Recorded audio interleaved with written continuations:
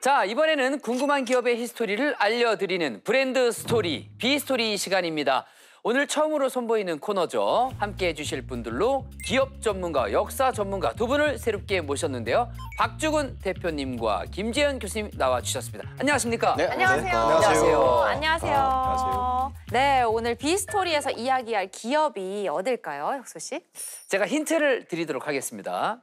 6, 6, 6, 8, 5, 8, 7, 6. 666-8587-667 이렇게 네. 좀 속 시원하게 말씀해 주시면 되는데 조금 더 드릴게요. 야구랑 관련이 있습니다. 몇 타율 뭐 그런 건가요? 모르겠어요. 웃으면서 할 얘기는 아니에요. 아, 그래요? 아, 혁수 씨 2003년부터 웃으면 안 네네네. 된대요. 2012년까지 네. LG 트윈스 순입니다, 순위. 아니, 그 6위. 예. 아니, 그러니까 6등 3번 하고 8등 한 거잖아요. 그랬었던 LG 트윈스가 2023년 무려 29년 만에 한국 시리즈 우승을 차지했고요. 최근에도 압도적 기량입니다. 승률이 8할대예요. 네, 그래서 지금은 이런 숫자들이 그냥 밈이 된 겁니다, 밈. 아, 네. 그러니까 그 긴 암흑기를 지나서 이젠 이렇게 웃으면서 이야기할 수 있을 정도가 됐다는 건데. 맞습니다. 사실 이 정도 순이면 다 접어야죠. 접는 게 맞죠. 그렇게까지면서. 예. 저는 개인적으로 롯데인데 그런 식으로 말씀하시면 저희는 진작 접었어야 되는 팀인데. 사실 우리나라 야구단이 굉장히 많이 소속사가 바뀌었어요. 네네네. 바뀌지 않은 곳이 몇 곳 되지 않습니다, 실제. 네. 근데 사실 LG의 그룹 이미지하고 좀 딱 맞는 것 같아요. 뭔가 꾸준함? 원래 그 술도 담아놨었다 그러는데 어떤 술이요? 이 우승하면 마시려고 네네네. 시계랑 술도 있었는데 너무 오래 기다려서 술은 다 알코올이 날아갔다고. 아, 그래서 음료수가 됐군요. 아, 예. 네.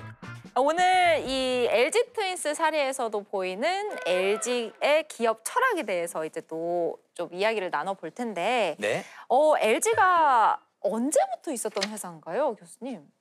일제강점기 때부터 와, 진짜요? 있었던 회사인데 거기서부터 모태로 잡지는 않더라고요. 원래는 잡화점 같은 걸로 시작을 했다가 해방 이후에 1947년에 라키화학공업사, 그러니까 지금으로 따지면 이제 LG화학. 아, 그렇습니까? LG화학을 설립을 하면서 LG그룹이 시작됐다라고 보시면 됩니다.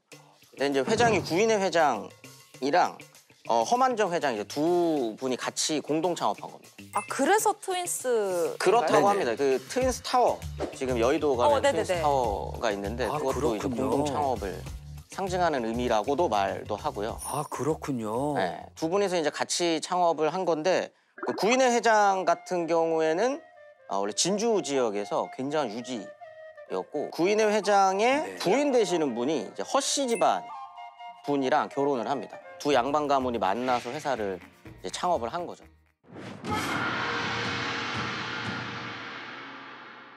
사실 동업을 한다는 게 네. 쉬운 일이 아니거든요. 아, 저도 그런 얘기 많이 들었습니다. 이것저것 다 해도 되지만 동업은 절대 하면 안 된다 이런 얘기를 그렇죠. 들었거든요. LG그룹은 이 50년을 동업하다가 아주 아무 탈 없이 2004년도에 GS그룹, 그건 허씨가 가져가고 네. 아, GS 칼텍스, 그리고 GS 리조트도 다 줬고 그다음에 GS 리테일 다 주면서 뭐 아름다운 이별을 한 거죠. 사실 쉽지 않습니다.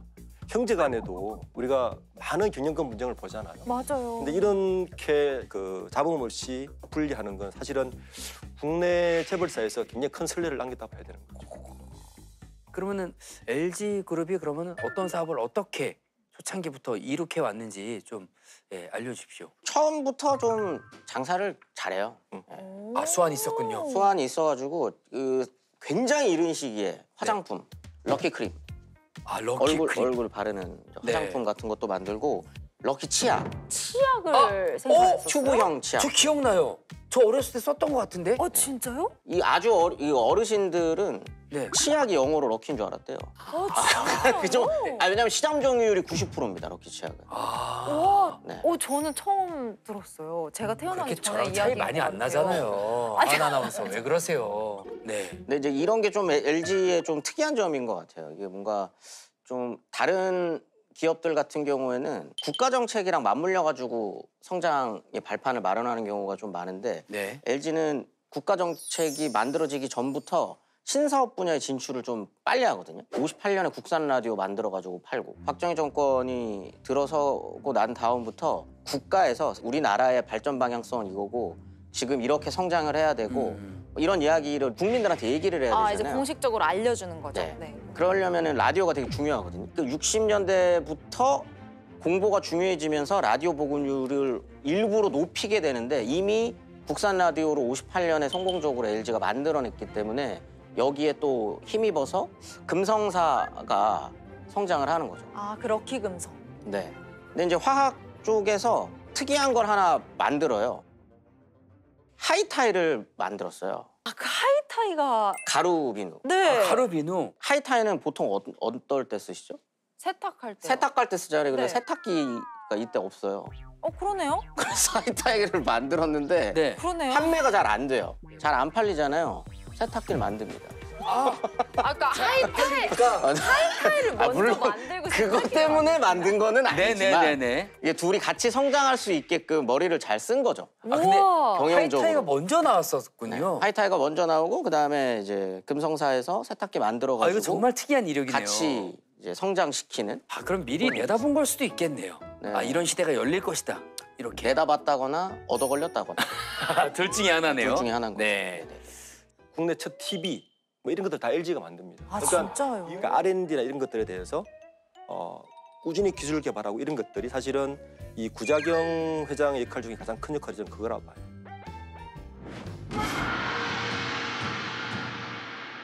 그럼 부자경 회장 도대체 어떤 분이죠? 좀 이력이 특이하시긴 합니다. 일단 진주 지역이라 그랬잖아요. 여기 네. 이제 진주 지역에서 지수보통학교의 교사로 있었어요. 그래서 네네. 교사로 근무를 하다가 회사 이제 부친이 만든 회사가 어느 정도 자리를 잡고 난 다음부터는 회사에서 일하라고 아버지가 얘기를 했다고 합니다. 네네. 그래서 회사에서 보통 일을 하는데 보통 이제 재벌 2세들은 회사에서 일을 하게 되면 보통 이제 드라마나 이런 데 보면 기본적으로 실장이나 네. 상무 정도 달고 이제 들어가지 않겠습니까? 낙하산. 높은 낙하산. 직함을 일단 달고 시작을 할 것 같은데. 그렇게는 시작하지 않으셨던 것 같고 라키화 공업사에 처음부터 입사해가지고 평사원부터 올라가는. 실질적인 현장 경영을 하다 보니 이 사람 간의 화합에서 나오는 지혜에 관심을 많이 뒀어요. 결국 경영은 결국에는 지혜인데 이 지혜가 어디서 나오느냐? 사람들이 화합하고 서로 내놓을 때 지혜라는 게 나오게 그것이 기술 발전의 기초가 된다는 걸 일찍부터 깨달으신 거죠. 그래서 구자경 회장께서 이제 LG 그룹 내에서 몇 가지 이제 뭐라 그럴까 소위 말하는 가풍, 뭐 그라운드 룰, 뭐 이런 걸 정하신 게 몇 가지가 있는데 인화라는 단어하고 고객이라는 네. 단어가 계속 전통처럼 이어가고 있습니다. 고객을 위한 가치 창조 그리고 인화 단결 정신을 이어받아 인간 존중의 계엄을 우리 그룹의 새로운 경영 이념으로 선포하고자 합니다. 지금 우리가 고객이란 말이 되게 익숙하잖아요. 네. 굉장히 익숙하죠. 이 고객이란 말을 사실은 김영계 처음 쓰신 분이 구자경 회장입니다. 진짜. 소비자 말을 다 빼버렸어요.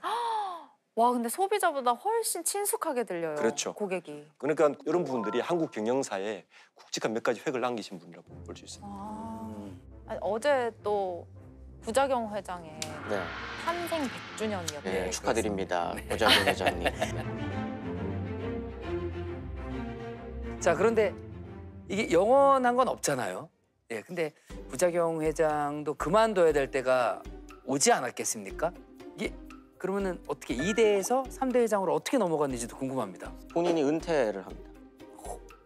예전부터 그 얘기를 많이 했대요. 나는 70까지만 하겠다. 보통 죽기 전까지 은퇴 안 하잖아요. 네, 보통 안 하시죠. 네, 근데 이제 본인이 직접 오. 끝내겠다. 70세가 됐을 때 장남인 구본무 회장한테 자리를 넘겨주게 되고 본인은 천안에 있는 농장에 가가지고 아예 일을 안 하셨던 건 아닌 것 같은 게 농장 일을 해서 식자재들이 날 거 아니에요. 네네네. 그렇죠. 그걸 또 LG에 납품을 하십니다. 진짜요? 저는 그룹의 오너였는데 이 정도면 은퇴라고 봐야죠. 네. 네, 이 정도면 은퇴라고 봐야죠. 네. 예, 그래서 이제 장남인 구본무 회장이 그걸 물려받게 되는. 네. 그런데 최근에 LG가에서 상속 분쟁 이야기가 조금씩 나오고 있습니다. 그러니까 과거에 GS로 이렇게 둘로 나눠 가질 때 그렇게 잡음 없이 잘 지나갔는데 이번 상황은 좀 이례적이라고 볼 수 있겠어요. 그렇죠. 원래 구매장의 아드님이 있었습니다. 94년도에 갑자기 돌아가셨어요. 그래서 이제 2004년도에 현재 지금 구광모 회장을 구본농 회장이 원래 자녀분이었는데 희성그룹에 양자로 입적하면서 기념권 선교를 준비를 했었죠. 그러다가 이제 구본무 회장이 2018년도에 갑자기 이제 돌아가셨습니다. 그리고는 이제 선교를 해야 되잖아요.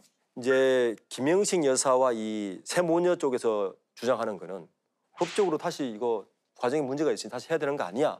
라는 게 이쪽 입장이고, 이제 LG 측, 그러니까 구광모 회장 측은 무슨 소리냐?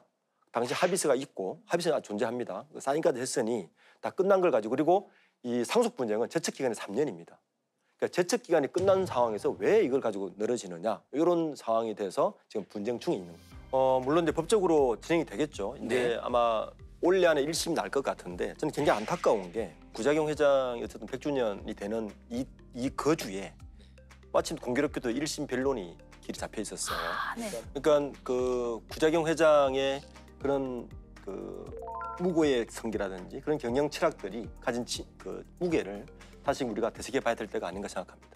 그런데 이렇게 큰 기업을 경영하다 보면 늘 탄탄대로만 있지는 않지 않습니까? 네. 스마트폰 사업하면서 조금 삐끗한 적이 있었잖아요. 위기가 여러 번 있었어요. 여러 번 있었죠. 네. 진짜 크게 어려움을 맞았었던 건 이제 IMF 이후로 반도체가 있었는데 LG가 반도체가 있었어요. 네. 그런데 이때 반도체 시장이 좀 어려워지고 국가 경제가 좀 어려워지니까 이 반도체 업체를 한번 싹 정리하자라는 얘기가 나와요. 그러면 누구 하나는 양보해야 되는 네. 거죠. 근데 그때 그냥 LG전자에 대해서, LG 반도체에 대해서 좀 평가절하하는 보고서가 하나 올라오는데, 그걸 핑계로 이제 LG 반도체가 현대에 넘어갑니다. 그리고 그게 지금 나중에 현대가 또 나중에 어려움을 겪게 되면서 하이닉스가 돼서 SK로 가 있는 거예요. 이때 굉장히 어떻게 보면 걔 되게 큰 사업군 중에 하나였는데 LG 반도체를 뺏기게 되는 게 이제 이때. 근데 이렇게 힘들 때 기업이 사업을 지금까지 투자한 게 있는데 이걸 포기하기는 정말 쉽지 않잖아요. 네, 왜 그랬을까요? 잘하는 거 했던 것 같습니다. 본인들이 가장 잘하는 거에 집중을 하고, 전자 쪽에서도 이제 삼성이 반도체랑 뭐 이렇게 한다라고 하면 백색가전 중심, 원래 우리는 전통의 백색가전, 아니면 다른 기업들이 좀 안 하는 게 뭘까 생각해 보다가 다음 차세대는 배터리지 않을까? 배터리 사업 시작할 때 사실 배터리가 이렇게까지 각광받을 줄 몰랐거든요. 네네네. 근데 그냥 십몇 년을 그냥 투자를 하면서 그냥 때려 박아. 네. 근데 그게 지금 와가지고 좀 빛을 발하는 거죠. 진짜 뚝심 많네요. 최근 트럼프의 관세 논쟁으로 지금 수출이 줄어들까 봐 기업들이 하루도 맘 편한 일이 없지 않습니까? LG가 어떤 미래 먹거리를 갖고 있는지 요거 진짜 중요하거든요. 원래 LG가 그렇게 성장했었던 것처럼 대기업다운 모습으로 성장할 거라고 생각을 해요. 여기서 말하는 대기업다움이라는 건 짜잘하게 골목 상권을 침해한다거나, 아니면 잘 돼 보이는 거 그냥 후점해가지고 기업 규모로 승부를 본다거나, 네. 그러는 게 아니라, LG는 그렇게 성장한 기업이 아니거든요. 네네. 원래 했던 것처럼 시대를 앞서 내다보고 거기에 꾸준하게 투자해가지고, 그럼 뭐 AI, 바이오 이런 것들이 다 그런 거라고 생각을 합니다. 여기에 집중하는 모습을 보여줬으면 좋겠고 그럴 거라고 믿습니다. 앞으로 종종 찾아뵙게 될 비스토리 코너, 듣고 싶은 기업의 스토리가 있다면 댓글로 남겨주시면 저희가 또 다뤄볼게요.